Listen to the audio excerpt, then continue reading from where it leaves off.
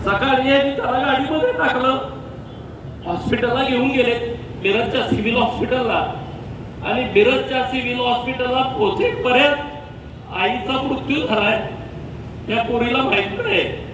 आईला आयसीयू मध्ये ऍडमिट केलंय. मिरज सिव्हिल मध्ये बापाच्या डोक्यात घण असा घातला होता, कारण जेव्हा मला ही घटना कळाली, कारण 15 वर्ष होता मी जत मध्ये होतो, आपल्या ध्वजाच्या सन्मानाच्या कार्यक्रमाला दिवसभर कार्यक्रम होते.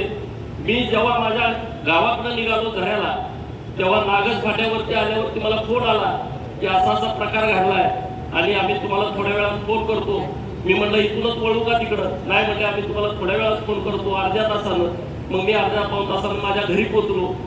मन असं खिन्न झालं होतं की असा प्रसंग सांगलीमध्ये घडलाय, आईचा मृत्यू झालाय आणि वडील मृत्यूशी झुंज देत आहे. आणि मग घरी गेल्याच्या नंतर 7 वाजता परत फोन आला की तुम्ही तात्काळ मिरजला आलं पाहिजे. मी मिरजला आलो, सिव्हिल हॉस्पिटलला आलो, डीन सरांशी फोनवरनं बोललो, डॉक्टर शिंदे सरांशी फोनवरनं बोललो. बाहेर आलो तेव्हा सगळे आपल्या परिवाराची सगळी मंडळी तिथं होती. जी मुलगी मनाली तिथं होती, त्यांचे चुलते गोव्यावरनं आले होते, त्यांची आत्या तिथं होती. आता आईचा मृत्यू झालाय, पोरीला माहित नाही, आता सांगायचं कसं? पत्रकार मित्र सगळे तिथं होते.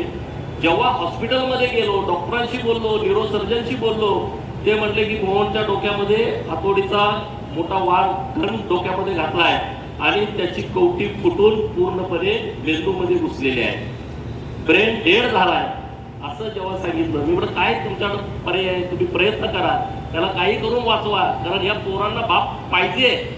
आणि म्हटले काही प्रयत्न जरी केला तर यश येईल असं वाटत नाही. परिस्थिती खूप बिकट आहे, कारण बीपी प्रचंड लो आहे. हे सगळं इंजेक्शन वरती त्याला आम्ही आता टिकवलं आहे. आता पर्याय काय सांगा ना? दोष काय सांगा या मोहनचा आणि त्यांच्या सौभाग्यवतीचा?